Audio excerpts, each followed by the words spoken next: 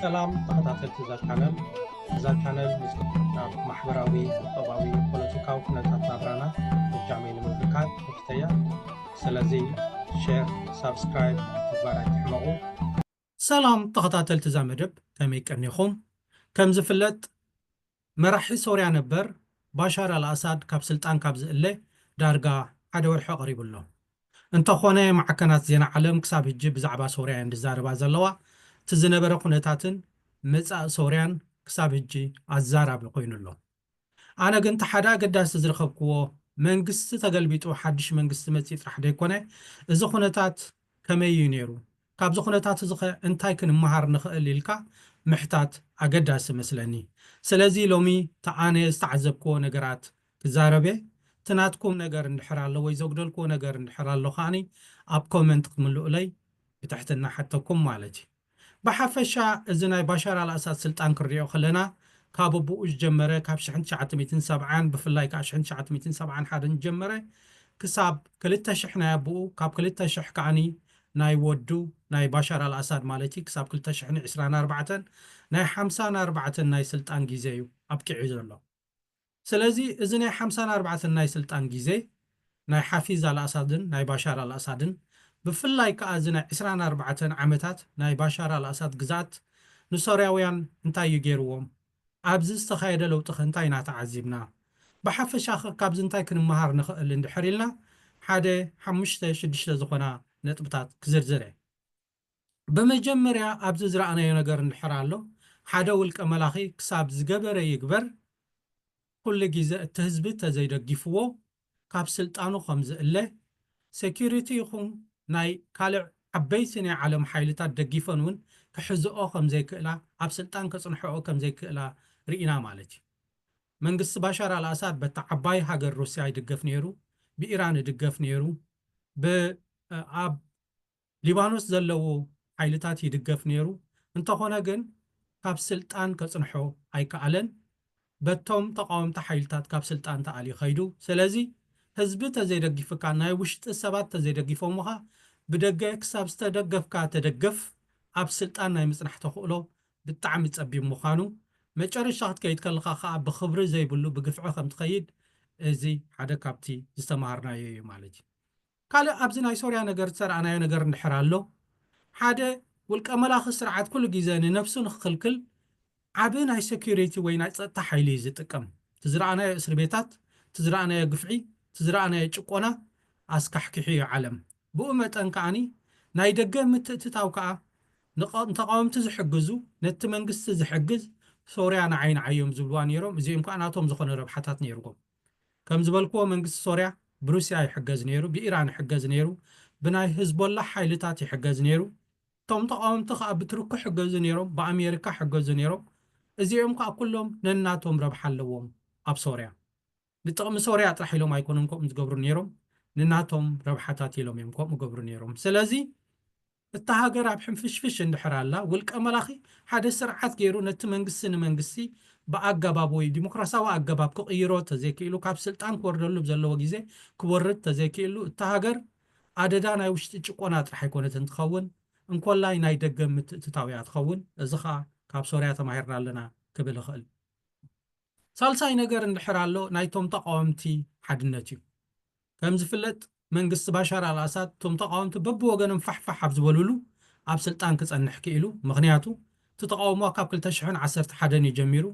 ን13 ዓመታት ከቐፂሉ ተመጀመርያ ብፍላይ ከኣት ናይ መጀመርያ 6 ዓመታት ቶም ተቃወምቲ ፋሕፋሕ ኢሎም ስለ ዝነበሩ ብዙሕ ከድምዕሉ ይከኣሉን ዳሓረይ ግን ብፍላይ ቶም እስላማውያን ሓይልታት ኣብ ትሕቲ ሓንቲ ጽላል ወይ ከዓኒ ኣብ ዝበዝሐ ናይ ናቶም ድመስል ነገራት ጽላል ክድገፉ ከለው ከም በዓል እዞም ሓያት ተሕሪር አልሻም ማለት እዩ ነቲ መንግስቲ ነቕነቕ ኣቢሎሞ ሓይሊ ረኺቦም ካብ ስልጣን ከዓልዮሞ ምናልባሽ ብዙሓት ሰባት እዛ እስላማውያን ሓይልታት ትበሃል ግደፋ እንዶ ኢሎም ኮመንት ጽሓፉ ላይ ኣለዉ ግን እስላም ከም ሃይማኖት ደይኮነ ከም ፖለቲካዊ ተሓሳስባ ይጥቀመሉ ዘለኹ ካልእ መግለፂ ተዘሉ ደስ እምበለኒ ነይሩ ግን እቲ ፖለቲካል እስላም ድበሃል ሓደ ካብቲ ኣይዲዮሎጂ እሱ ከዓኒ እቶም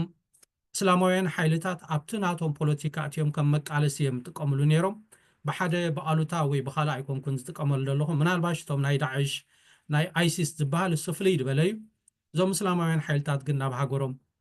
ديمقراسي غنا مصينا يلوم حسيبهم زغبروا زلو سلا زخونه من الباش كمصخ اللي اي مصن زبل ام مصا بحبار كريو نخلينا ግን بحفሻ نت ፖለቲካዊ እስላም ንምጽብራቕ ኢለ ዝብሎ ዘለኹ ኣነ ዝብሎ ጥራሕ ኣይኮነን ከዓ ኩለን ዜናታት ናይ ዓለም ዝብሎ ዘለዋ እየን ማለት እዩ በኣሎታ ወይ ከዓኒ ንዕኦም ንኸቋሽሽ ኢለ ዝጥቀመሉ ቃል ኣይኮነን ከብርሃ ስለ ዝደለኸ መሰረቱ ግን እቲ ጥርናፈ ወይ ተሓድነት ናይቶም ተቃወምቲ ሓይልታት ከም ዝበልክዎ ንመንግስቲ ባሻር አልአሳድ ነቕነቕ ኣቢልዎ ጥራሕ ደይኮነ ካብ ስልጣን ዓልይዎ ማለት እዩ ካልእ ኣብዚ ክንግዘቦ ዘለና ከዓ ኩሉ ግዜ ናይ ኩናት ሕልሕት ዘለዋ ሃገር ናይ ወፃኢ ምትእትታው ዘለዋ ሃገር ህልቂት ኣሎ ሶርያ ከዓ ወላ ዝህጂ ሰውራት ዓዊት ተበልናዮ ልዕሊ ፍርቂ ሚልዮን ህልቂት ርአያ ተፈላለየ ሓይልታት ማለት እዩ ካብዞም ልዕሊ ፍርቂ ሚልዮን ህልቂት ከዓ ነቶም ፍርቂ ሲቪልዮም ህፃናት ደቂ ኣንስትዮ ዝተሓወስዎም ማለት እዩ ገሊኦም ክሳብ ኬሚካል ዝተቆትሉ ብደብዳብ ገዛውቶም ዝፈረሰ ንስደት ዝኸዱ ሚልዮናት ሴራውያን እዚ ሓደ ካብቲ ዋጋ ዝኸፈልዎ እዩ ማለት እዩ ስለዚ እዚ ሕጂ ዝመፀ ሰውራ ወይ እዚ ሕጂ ናይ መንግስቲ ባሻር አልአሳድ ምግምጣል ከም ሓደ ቅልል ኢሉ ዝመፀ ነገር ጌርና ክንወስዶ የብልናን ናይ ኣማኢታ ሽሓት ሶርያውያን ህይወትን ስደትን ዋጋ ዝኸፈልሉ ኩነታት እዩ ማለት እዩ ስለዚ ሓደ ካብዚ ኣብ ግምት ክነእትዎ ዘለና ፊናት ሕድሕድ ወይ ሓደ ጨቋኒ ስርዓት ንምግምጣል እትገብሮ ቃልሲ ናይ ኣማኢት ሽሓት ሲቪላዊን ወታደራውን ኩነታት ወይ ህይወት ዝወስድ እዩ ማለት እዩ እዚ ኣብ ግምት ክነእትዎ ዘለና ኮይኑ ይስማዓኒ እቲ ካልእ ኩነታት ካብ ዝሕልፍ ኢልካ ትሪኦ ነገር እንድሕር ኣሎ ከዓኒ ውልቀ መለኽቲ ሓይልታት ኩሉ ግዜ ዝበሉ ይበሉ ክንዋጋ ኢና ክሳብ መጨረሻ ክንፀንሕ ኢና እኳን ይብሉ ተኾኑ ኣብ መጨረሻ ግን ይሃድሙ እዮም እዚ ከዓኒ ኣብ መንግስቲ ባሻር አልአሳድ ጥራሕ ዘጋጠመ ኣይኮነን ኣብ ብዙሓት ሃገራት ቅድሚ ሕጂ ዝረኣናዮ ኢና ክሳብ ኣብቲ ጎረቤትና መንግስቱ ክሳብ ሓንቲ ጥይት ተርፈኒ ክዋግአ ይብል ነይሩ ንሰምዕ ኢና ግን ሓንቲ ጥይት ደይኮነ ካዝናታት ኣጠያት ተሪፍዎ ከሎ ኣየር ሓይሊ ከለዎ ብዙሕ ነገራት ከለዎ ነታ ሃገር ገዲፍዋ ሃዲሙ ናብ ዚምባብዌ ከይዱ ማለት እዩ ብኸምኡ መጠን ከዓኒ ባሻር አልአሳድ ነታ ሃገር ገዲፉ ናብ ሶርያ ተዓቂቡ ትዝገርመኩም ሓውን ኮላይ ነቲ ሜጀር ጀነራል ዝነበረ ብትሕቲኡ ዝለዓለ ስልጣን ዝነበሮ ዓብይ ሰራዊት ዝነበረ ንዕኡ እውን ኣይተማልኦን እሱን ደቁን ሰበይቱን ሒዙ ጥራሕ ካብታ ሃገር እዩ ሃዲሙ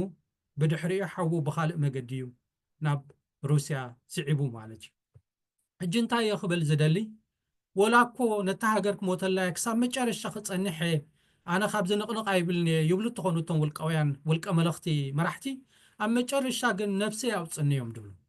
እዚ ከዓኒ ቅድሚ ሕጂ ዝተመስከረ ዝረኣናዮ እዩ ድሕሪ ሕጂ እውን ዝድገም እዩ ስለዚ ሓደ ካብዚ ካብ ሶርያ ዝተማሃርናዮ ነገር ተሎ ከዓኒ እዚ እዩ ማለት እዩ ስስዓት እዮም ንነብሶም እዮም ዝሓልዩ ኣብ መጨረሻ ከዓ ነብሶምን ስድራ ቤቶምን እዮም ዘድሕኑ ማለት እዩ ሕጂ እዚ እቲ ዘይተርፍ ነገር እዩ ማለት እዩ ሕጂ እዚ ኩሉ ኩነታት መፂኡ ኣብ ሶርያ ለውጢ መፂኡ ንብል ኣለና እዚ ለውጢ እዚ ኸኒ እንታይ እዩ ኣኸቲሉ ሓዲ ብሪቮሉሽን ወይ ብቃልሲ ለውጢ ዘምፀት ሃገርከ እቲ ኩነታት ከመይ ይመስል ድሕሪኡ ኮንታ ከጋጥም ክእል እንድሕር ኢልና ሓንቲ ኣብነት ሶርያ ኮይናትና ኣላ ማለት እዩ ድሕሪ እዚ ለውጢ ብዙሓት ነቲ ደጋፊ ነቲ ውልቀ መላኽ ዝድግፉ ዝነበሩ ንሕና ንስኻ ኣብ ጎንኻ ኣለና ክሳብ መጨረሻ ክንቃለሰልካ ኢና ዝብልዎ ዝነበሩ ሕጂ ኣደዳ ናይ ቤት ፍርድን ኣደዳ ናይ ህዝቢ ሓርቆትን ክኾኑ ኣለዎ ማለት እዩ ውልቀ መላኽ ኩሉ ግዜ ትድግፎ እንድሕር ኮይንካ ሕማቕ እንዳገበረ ሕልናኻ ዘይጎድኣካ እንድሕር ኮይኑ ኣብ መጨረሻ እስኻ ዋጋ ትኸፍለሉ እሱ ይሃድም እዩ ሕጂ ባሻር አልአሳድ ሃዲሙሎ እቶም ንዑ ዝድግፉ ዝነበሩ ንሕና ንሱ ዝብሉ ዝነበሩ ግን ዋጋ ይኸፍሉ ኣለዉ ወላ ዘይተቐተሉ ተሸቑሪሮም ኣለዉ ይፈርሑ ኣለዉ እንታይ ኢና ክንከውን እንታይ እዮም ክገብሩና ይብሉ ኣለዉ ማለት እዩ ብኡ መጠን ከዓነ እዚ መፂእ ዘሎ ሰውራ ወይ ቶም ለውጢ ኣምፂኦም ዘለዉ ሓይልታት ንብዙሓት ምሕረት ክንገብር ኢና እኳ ተበሉ ነቲ ዝኾነ ገበን ኣለዎ ሰብ ኣሳቂዩ ሰብ ኣሲሩ ሰብ በዲሉ ዝበሃል ግን ምሕረት ኣይንገብረሉንና ብገበኑ ክፍረድ ይብልዎ ስለ ዘለዉ እዚ ንብዙሓት ዳርጋ ምንታይ ደረጃ እትዎም ከም ዘሎ ኩላትና ንሪኦ ዘለና ኢና أما تشرشتا حلنا خان تزي سريحو واقاو انتخفلو الليخا ولا ببيت فردي ولا بمقطعتي بزخونا نقر واقا قوات زي كفل كالو بحلنا واقا تخفلو الليخا إذا خا أبصوريا نريو زلنا كونتاتي مالتي سلازي كل جيزة خنا حسب علينا إن قبرو دقف إن هو دقف نزخونا حيلي انتاي تسألوالو سلامتاي ناندقفو دلنا انتاي يقبرالو إلكام رأي أقداسيو كم زناي بعال سوريا كوا بعالم درجة حزبي قتل الله سبت انت الله ولك ملاخي اندا تبعله اي فالو نزد انا هاجر اندي زحلق زلو زبحالو له زنبره هجس مسكده غبنو ترايو مالج بيت ماسرتات ترايو قلوع حصانات عديتات شماغلتات كساب بعصبو تساقيوم ابيت ماسرت تصنيحهم اذا خا منالباش قاليوم كم زمخانو اي فلطنان كبلو خوليوم جن عالم تزاربولو نبرت كابيت ماسرت زوص سب تزاربولو زنبره سلازغونه حدش ነገር አይኮነን ዘገርም ነገር አይኮነን ፍሉጥ ይነሩ ማለት እጂ ተመሊስካ አና ይፈሉጥኩን ምባል ማዕረኽ እንደይ ንጹህ ግብረካ እሱ ምናልባሽ ካል ሕተይ ማለት ግን ዓለም ተዛረበሉ ዝነበረታ እጂ እዚ ፈለጥኩን ተበልካ ዘአምነካ ሰቡን የለን ክኸውን ኽእል እዩ እዚ ኸ ሓደ ናብቲ ኣብ ሶርያ ዝረአናዮ ኩነታት እዩ ምክንያቱ ብዙሓት ማዕረኽ እንደዚ ዘይመሰለና ንጹህ እንዲ ዝመስለና ነይሩ ዝብሉ ነይሮም እሞ እጂ እንታይ ይብሉ ኣለው نريو لنا مالك واقع خا يخفلوا له مالك قال ازم زمص حيلتات كنتاي يقبروا له يلكا خا محتات دلي ازم زمص حيلتات من الباشاب سوريا مرغغا يسفنوا له على صبوق نغاري بزحات كاب بيت ماسرتي يوصلو صبوق نغاري قال جن ازي غبننيايو ناي سوريا سلاي نيرو ناي بشار الاسد مالتي سلاي نيرو ناتو سراويت نيرو سبغافع نيرو زبالو ኣብ ጎደናታት ዝቕተሉ ጎደናታት ዝሕነቁ ዝርሸኑ ብዙሓት ሰባት ኣለው እዚ ኸ ኣብ ሕጊ ኸይበፅሑ ማለት እዩ ምናልባሽ ካብዚኦም ብዙሓት ገበነኛታት ክኾኑ ክእሉ እዮም ምናልባሽ እውን እቲ ፍርዲ ዝወሃቦም ዘሎ ይበቕዖም ክኸውን እዩ ግን ብዘይ ዝኾነ ናይ ሕጊ ተሓታትነት ከምዚ ትገብር እንድሕር ኮንካ ምናልባሽ ካብ ካልእ ዓማፂ ናብ ካልእ ዓማፂ ትቕየር ኣለኻ ማለት እዩ ኣብዚ ኩነታት ሰባት ናቶም ውልቃዊ ህልኽ ከውፅሉ ይኽእሉ እዮም ዘይፈትዎ እንድሕር ነርካ ናይ ባሻር አልአሳድ ደጋፊ ስለያይ ነርካ ክትቆትሎ ትኽእል ኢኻ እዚ ከምዚ ዓይነት ነገራት ከዓኒ ብዙሕ ሓደጋ ከምፅእ ክእል እዩ ስለዚ እዚ ኩነታት እዚ ድሕሪ ለውጢ ዝረአ ኩነታት እዩ ኩሉ ግዜ እዚ ከዓ እንታይ ዘምህረካ ለውጢ ወላ እኳ ተመፀነ እቲ ለውጢ ዝኸውን ነገራት ተዳሊኻ ክትፀንሕ ኣለካ እንታይ ኢኻ ክትገብር ዘለካ ሕግን ስርዓትን ብኸመይ ተስፍን እቲ ቅፃዕ ዘለዎ ሰብ እንድሕር ኮይኑ ብኸመይ ይቕፃዕ ብኸመይ ኣብ ፍርዲ ይቐርብ بخمي كات تناتو زقبو مقطعاتي وسد إلكا نحر قطع كوينو مالتي إذا خاني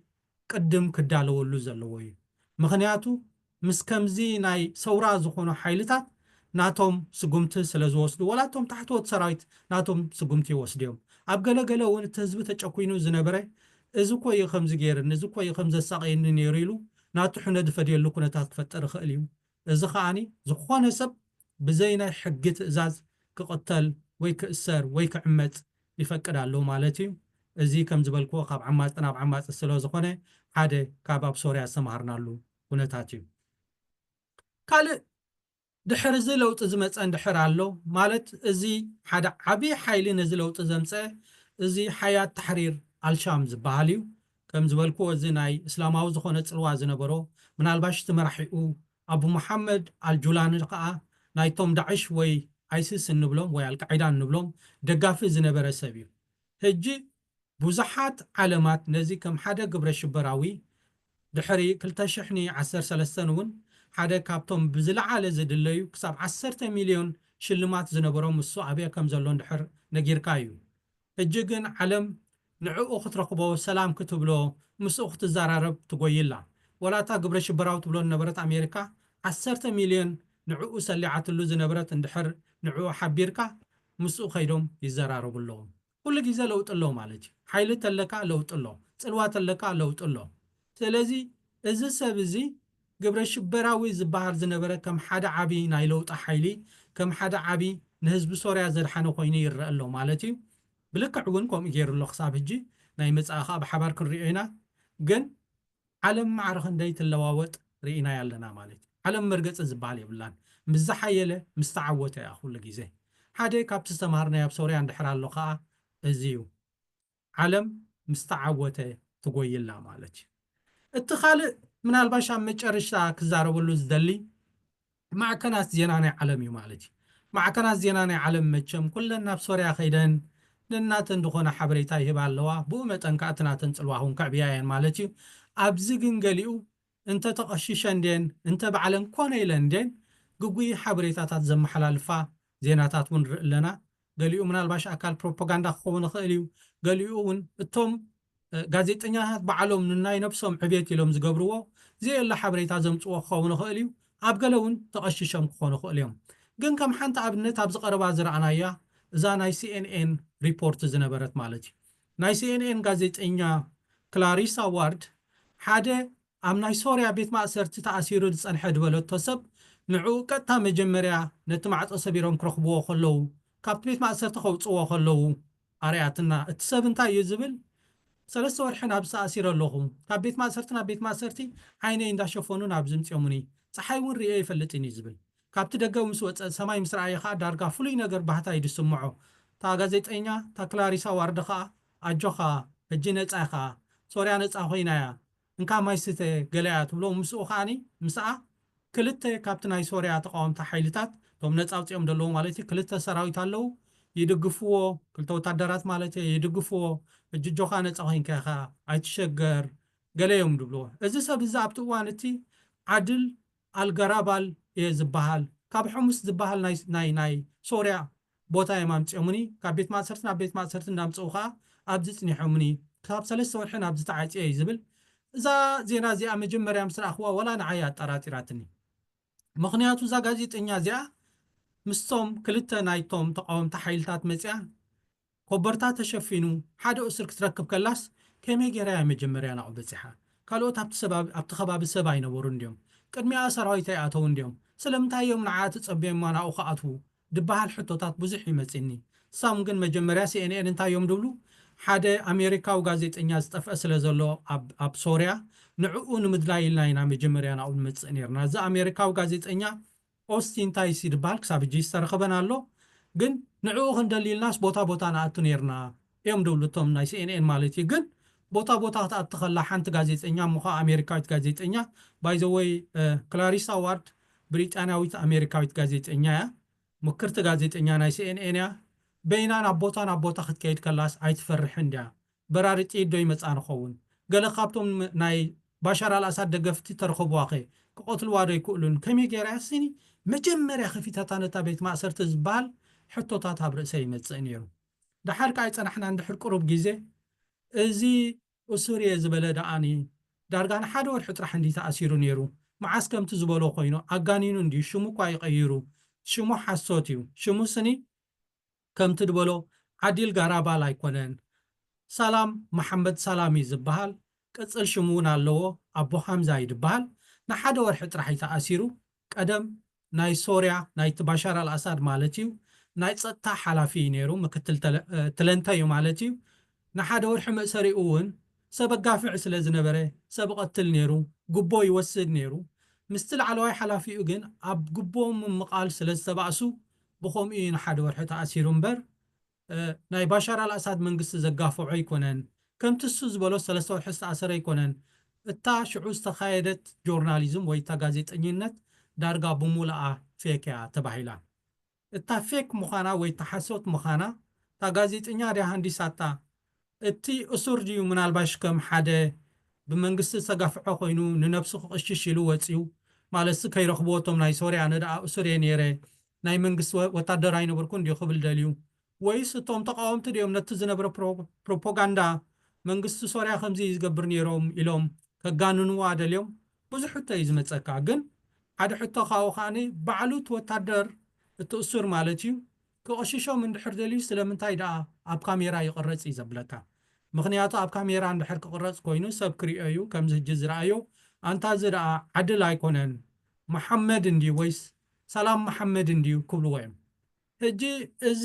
ሓደ ዝረኣናዮ እዚ ናይ ጋዜጠኝነት ዝንቡዕ ኣቀራርባ ወይ ዝንቡዕ ሪፖርት እዩ ማለት እዩ እዚ ከዓ ብዙሕ ግዜ ንሪኦ እዩ ሓንቲ ካብታ ኣገራሚት ኣብዚ መጨረሽታ ዝረኣናያ ማለት እዩ ብሓፈሻ ግን ከምዚ ዝበልክዎ እዚ ናይ ሶርያ ኩነታት ብዙሕ እዩ ምሄርና እዚ ናይ ሶርያ ኩነታት ቅድሚ ቃልሲ እንታይ ተኻይዱ እንታይ ጭቆና በፂሕዎ ህዝቢ ሶርያ ድሕሪ እዚ ናጽነት ወይ ናይ ሶርያ ምዕዋት እቲ ናይ ሪቮሉሽን ወይ ቃልሲ ምዕዋት ዝካየድ ዘሎ ኩነታት ከዓኒ ንሪኦ ኣለና ማለት እዩ ተስፋ ገብር ሶርያውያን ኣብቲ ዝደልይዎ ናይ ዲሞክራሲን ምዕባለን ክበጽሑ ግን ክሳብ ሕጂ እውን እቶም ሶርያውያን ነንሕዶም ዘይፈትሕዎ ዝመፁ ማለት ንኣብነት እዚ ናይ ሓያት ተሕሪር ኣልሻም እቶም ናይ ኩርድስ ዝበሃሉ ኣለዉ ከዓ ተቃወምቲ እዞም ክልቲኣቶም ነናቶም ዝኾነ